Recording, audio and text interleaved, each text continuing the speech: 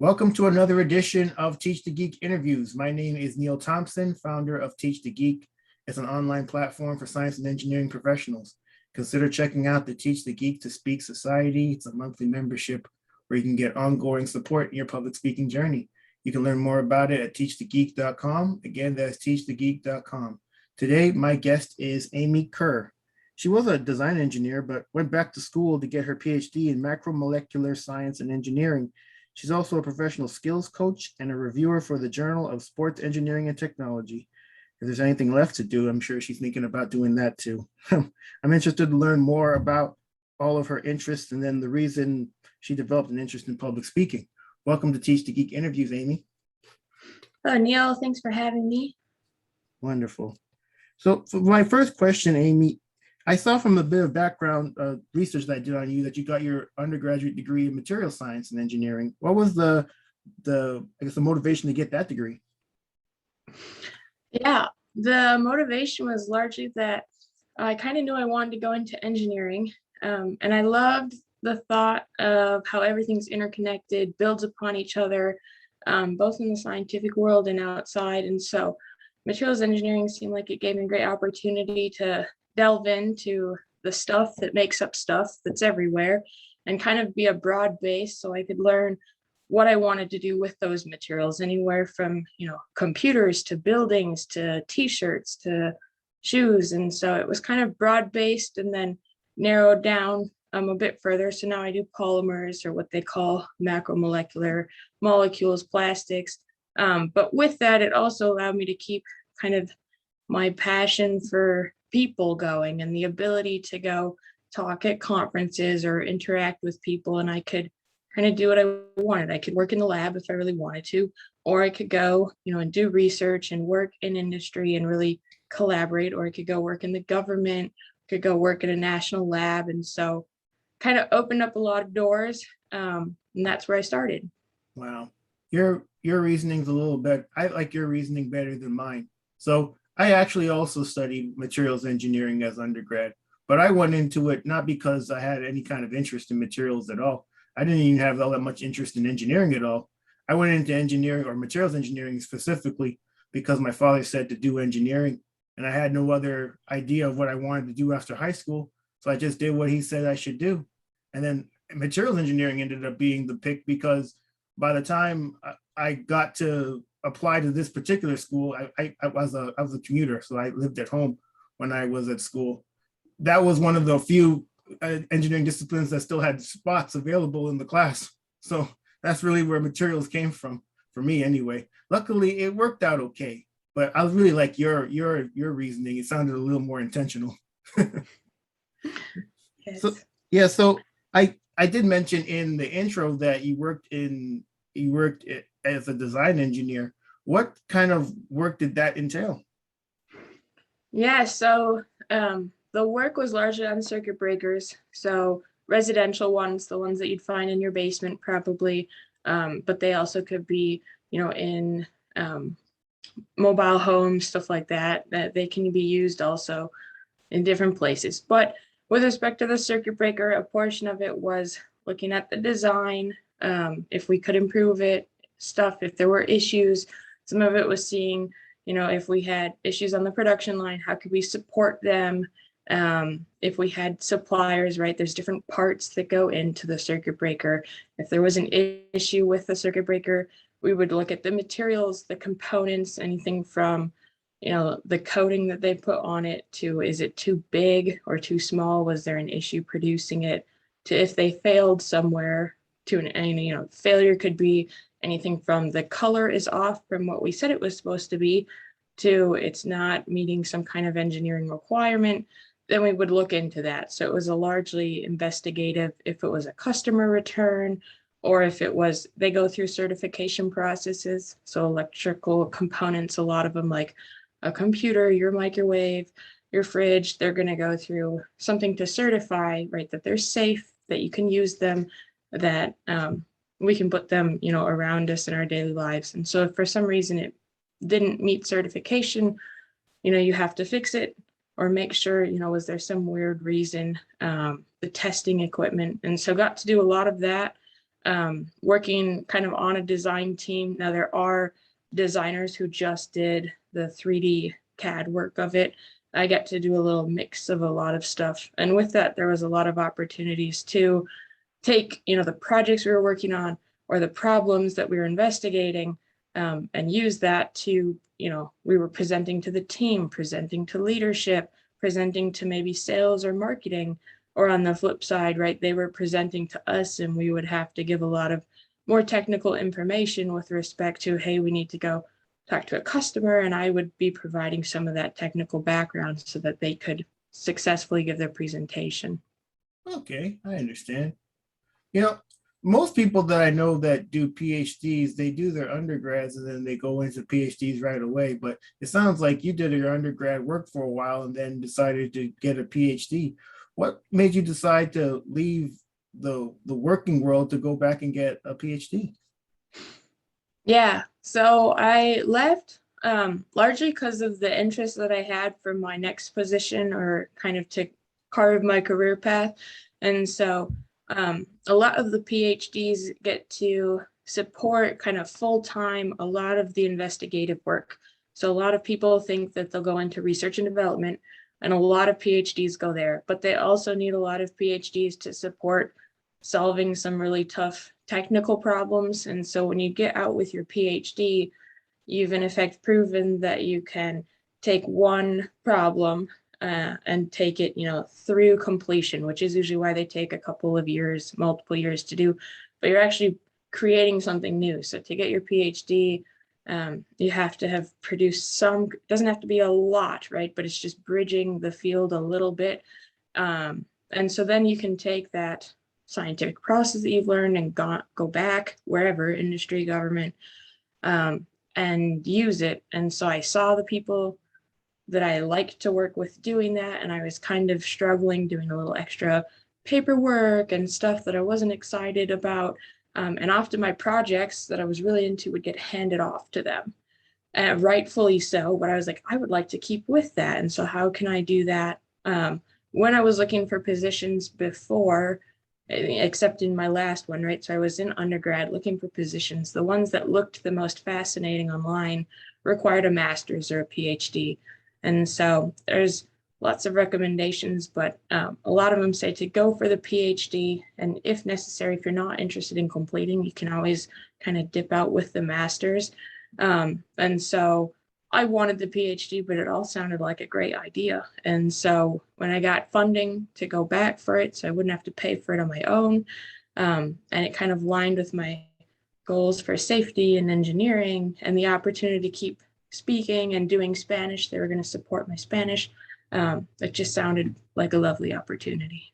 Okay, well, kudos to you for making that decision. I know for many, it must be difficult to leave the world of work where you're making a salary and then you go back to being a graduate student where perhaps you get a stipend. You did mention you get funding, but is it typically as good as funding as what the salary that you left as an employee? Oftentimes not. If that's the case for you, hey, kudos to you for that. But if not, then again, even more kudos to you because you had to take a step down, at least in terms of pay and what you bring home. So, that's something I think a lot of people would have to take into consideration if they were to make a similar kind of decision. Although I suppose with you, if it aligns with what you eventually want to do, well, then you kind of have to do it if that's where you want to go. I mentioned also that you are a professional skills coach. So as a professional skills coach, what do you teach people? Yeah, so a lot of it is kind of what they call the soft skills. And so it focuses around three main topics, which are usually communication, leadership, and teamwork. And it's largely because those are three of the big skills that employers look for from all backgrounds. So all employers, that could be a big company, a small company, public, private. They've kind of done a lot of research. And so the skills training and the coaching comes out of that research that's been done, and we try to use a lot of research-based principles when delivering the content so they can see where we're coming from, why we're providing them a tool or a resource or an image that we're talking about. It's because it's usually backed by one or more scientific papers or research. And so that research that's been done largely proves that people who come out from undergrad, in all degrees, lots of degrees, especially STEM, they are technically competent. Most universities, almost all universities, they're producing stellar, at least average and usually stellar students in academics. And it's largely because you think about your curriculum, you're taking a ton of STEM courses, right? They are filling you with all of that coursework. And, you have to do it to graduate, and students do, and they do learn a lot, but they come out, you've maybe had a couple courses in professional speaking, a couple courses in teamwork, communication, leadership. And so it's kind of lacking. Now, some students pick a lot of that up in their extracurriculars, which are usually the students, who are moving forward a bit quicker, or they're picked up and they really like their job and it's easier to mesh in to the work culture, but some of them are kind of struggling. And so that's where these, the groups that I volunteer with, support, work with are Engineering Honor Society, Tau Beta Pi, and then this relatively new program called Cyber Ambassadors, which the content was funded by the National Science Foundation.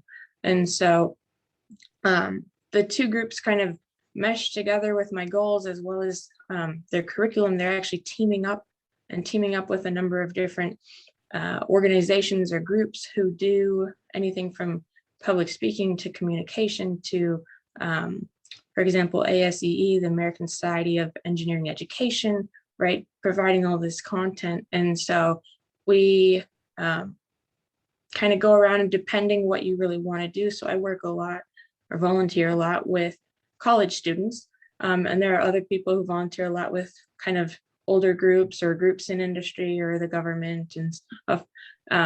But we go in and all the sessions are kind of tailored to what they want. So they'll usually reach out and say, we'd like to work on hosting a communication session. And even inside that, we've got different modules. And so then we will present that, and it's usually more of a facilitation session. So we don't just lecture either. So there's research out there showing that if you use the pedagogical approach, people are learning and then they're actively using what they just learned right away. And they're able to actually ingrain it, build a stronger neural network, remember part of the activities they've done later and the principles they've learned. And so that's what we do. Sessions are anywhere from an hour to a bit longer, but then being able to do that, they also train us in how to do that, how to facilitate or present. On occasion, we're just giving shorter presentations if we go do it at a conference and we haven't been allowed a training workshop that could be an hour, hour and a half. And so that's been a huge benefit, but that's what I really love doing as a kind of facilitation training coach. Excellent. Well, at least in the STEM fields, apparently this type of work is needed. I had a guest on a while ago, probably one of my first few guests. Her name's April Wenzel, and she has a company called Compassionate Coding. And for a number of years, she worked as a software engineer. And with Compassionate Coding, she talks to other software engineers about the importance of teamwork and leadership and just being able to communicate with each other more compassionately. Because at least in the tech industry, there's this acronym RTFM. Do you know what it stands for? No. It stands for reading the effing manual. Yeah, they apparently heard that. Apparently they tell each other that a lot. If someone asks another person a question that they thought they could have gotten the answer to without having asked the question, you'll get an RTFM answer. And well, I would assume, I've never worked in tech, I worked in medical devices, but I would assume that if you get that kind of answer, you're not all that happy about it afterwards. That's not exactly compassionate at all. So yeah, the work that you're doing is absolutely needed, at least for these people in the tech industry. So you might want to hit them up. But I also noted from the bit of research I did on you that you're a reviewer for a journal. How did you end up becoming a reviewer? Yeah, I was largely through networking, talking to people, kind of engaging conversation. So that particular connection came through someone that I had met on LinkedIn, and then they helped connect me with the journal, which I had heard about and looked about. And I think the background and opportunity was just good. So they were looking for someone. I have a bit of a unique background doing powerlifting and strong woman competitions. And then mixed with the STEM background, it usually kind of stands out a bit. And so, yeah, they were in need of some reviewers, and it kind of sparked some conversation and went off. And so it's kind of relatively new, but strength training is also growing. And so with that, to meet the demand or the expected demand, it's just been a great learning opportunity. And they also offered to kind of help me with that and teach me and coach me in being a good reviewer, which I thought was really good, to be able to give that experience and kind of get to work or volunteer, I guess, closely with some of these people who've been doing it, been in the field for decades. Wow, that's so interesting. I wasn't even thinking about you being a reviewer, but you just said that you compete in strong woman competitions. Are those like the ones that I see on TV where they pick up those really heavy balls and put them on things? Yes. Wow, you do all that? Yes, for fun. Oh wow, that's impressive. Yeah, I mean, every time I see that kind of stuff, I'm like, do you pull the what you call them, the trucks? Do you do that too? I've pulled a car, not a truck. Okay. But yeah, and they go up to pulling airplanes and fire trucks and all kinds of crazy awesome things. Wow, that's impressive. So man, you have a bunch of interests. You do powerlifting, you're a strong woman, you do Spanish, you do reviewing, you speak to people from time to time, you're a PhD student, you're a materials engineer. Like what do you not do? I mean, it's like it seems like you have a bunch of interests and you have no problem following them. So again, I commend people like you, because a lot of times people, they get into these boxes and they think they have to stay in them, and then they get disgruntled because they're in this box, but there's nothing keeping them in that box but them themselves. There's no reason that any of us can follow a bunch of other interests that we have. We don't have to stay anywhere that we're at. That's the main reason I really like doing these interviews, is just talking to people like you, people that have these differing interests, and they come from the STEM fields, and they end up doing things that you wouldn't necessarily think that somebody that's an engineer would do, like picking up heavy things and putting them down. So congratulations on that. So when it comes to public speaking, is that something you've always been good at? And if not, what did you do to get better at it? Yeah, I was not always good at it. I didn't do it much at all when I started out, kind of just school presentations, right? Going through high school and even some of college. And then I realized, we're going to keep being asked to do presentations. You're going to keep being asked to anything, write papers, all of this. And so it's like, why not just jump into it? And there's people not jumping into it. And hopefully if I jump in and I ask for feedback, which is kind of one of the big things I started doing, was, what's one thing, right? Because if everyone gives you a lot of things, you're going to feel overwhelmed, like you did a bad job. And so like, what's one piece of feedback that I could implement, like an actual thing, like, right, this slide was really tough to read. Could you change the colors? This had too much words on it. You're really using your hands too much. I couldn't hear you. And so gradually they moved away from giving feedback that was kind of really basic, right? And now I get more complicated, complex feedback. So that was one. The other one was just getting myself out there more in different situations. And that really helped with taking the nerves away, just starting to realize the more people you talk to, more people, or the more you realize people are just normal, awesome, great people. They want you to succeed. So they say nobody goes to a presentation, sits in a meeting, right, and hopes that it's going to be terrible. They want it to be good. And so they want you to succeed. They want to learn just as much as you want to convey your topic or your idea to them. And so that was the second one, was just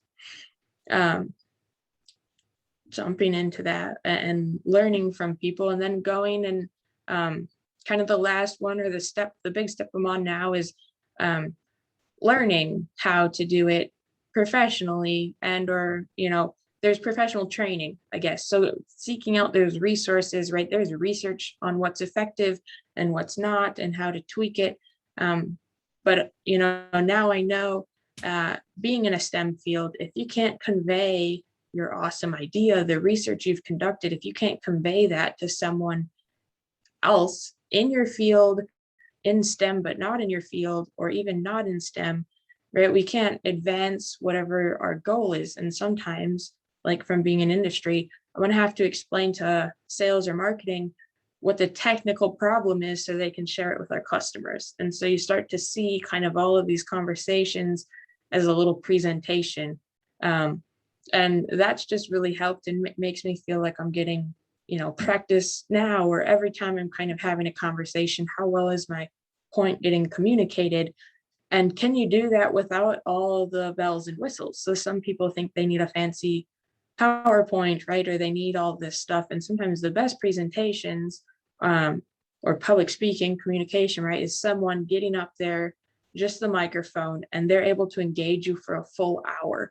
And when you watch those people do that, I'm really motivated, right? And they don't even need the screen behind them to say anything, right? They dress plain clothes and stuff. They're not trying to win you over with anything but their stories. And so part of the professional training where they teach you how to speak and convey your message well is to tell it in a story, because humans, they show, are really drawn to these stories and learning concepts through them. That's why we love movies. That's why we love music, right? That's why we love social media when it's telling a story. And so how can I do that with something super scientific?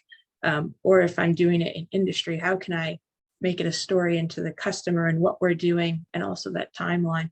And I found it really works when I do it. When I don't do it, it doesn't work. And then I have to try again usually. Yeah, I'm a big fan of stories in presentations as well, at least now. I certainly wasn't when I first started having to give presentations.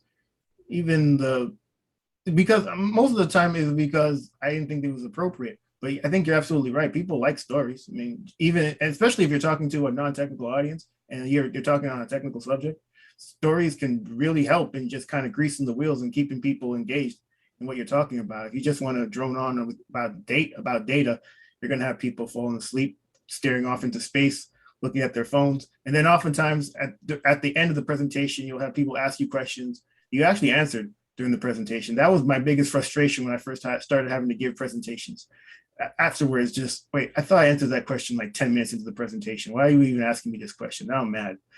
but I can only be mad at myself because I wasn't taking their needs and wants into account when I put the presentation together. So you're absolutely right. And I think it was great that you eventually saw that need to get better, or to even think of public speaking as something that was something to be good at. Well, at least for me, when I was a child, I used to have to do public speaking because my mother said to do it. I mean, it seems like my parents bossed me around a lot. One of them told me I had to go to university to do engineering. The other one told me I got to do public speaking. Then you leave me alone, But again, I commend you for taking that on yourself. When it comes to the presentations that you do you have a process for putting them together? And if so, what is it? Not so much, no, because all the presentations are largely different. And I think that's what's important is, there shouldn't be just one process, because it's always a different audience. And so, I mean, unless it's like a strategical process where you sit down, like, when am I going to do it? What am I going to do? And you're thinking about what's the audience? What do they need? What is my message? I think that's a good process. And I follow that. But with respect to having, a specific template, this is what I'm going to do. No, because if I find out that my, audience or my location, do I have a big room or a small room? Are my participants college students? Are they going to be at this, talk that I'm giving? Is it just one of many talks, right? Do they want to get up and move a little bit? What are the people like who are going to give other presentations? So I try to make it different because they're usually going to remember different. And I try to take risks like that a bit more. But with respect to a specific process, no, sometimes it's a bit more on the fly too. And that's what the good presenters do, in my opinion, right? You show up expecting 200 and you've got 40. You're going to totally change that, right? You show up expecting, an older generation of people, and all of these young people showed up at your conference talk.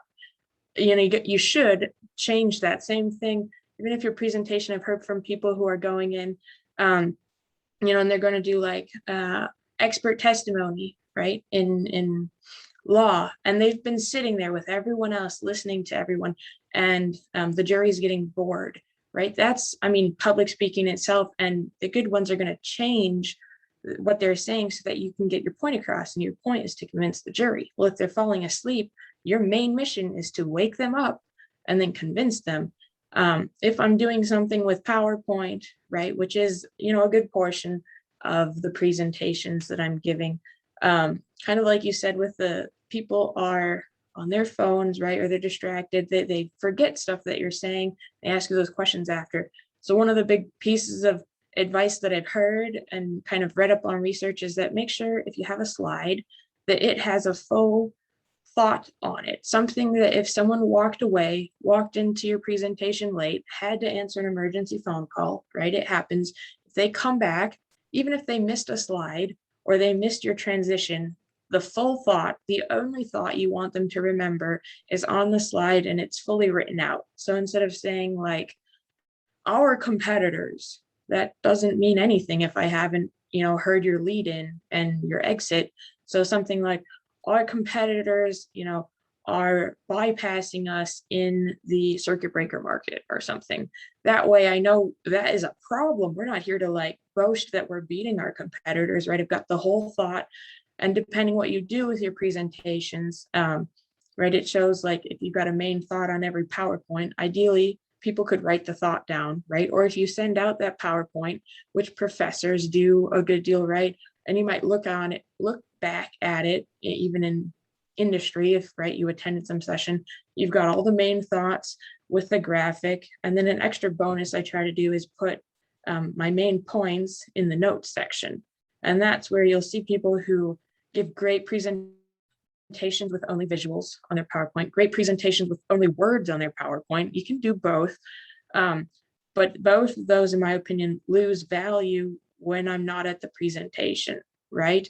And so, for example, if there's just words, then I don't have the person there, telling me, giving the story, and also I don't have an image to recall when I'm not there. On the flip side, if it's just an image, when I just have an image a year from now and I'm trying to reference your awesome presentation and there's no notes in the PowerPoint, I'm totally lost. And so again, it's targeting the audience and understanding that your presentation can be more than just a talk if you make it that way. And if you provide the resources, or for example, if I'm doing something educational with students, handing kind of written paper out in advance or a PDF link so that they don't have to sit there and write down everything I'm talking about if it's interesting to them, and usually it is. That way they've got all the notes and they can just jot the extra cool things I mentioned, which I'm not planning to say, right? Sometimes we go off script and it's just awesome. And it's because we've targeted it for the audience, which is why we go off script, which is awesome. And then they can just jot those notes down. And usually you see great professors do that as well, right? How easy can I make it for you to learn? The easier it is, the less likely you're going to shut down. And a lot of the shutting down mentally comes from overload of anything from text to colors to visuals to, right, we're just asking too much, or it's too technical, right? They can't follow it. And instead of giving them an analogy to work with, I've just presented them with an equation. So if I do some kind of equation or derivation, putting a color around the main block, right? So I can say like this moved over here if it's a chemical process, and then this moved over here.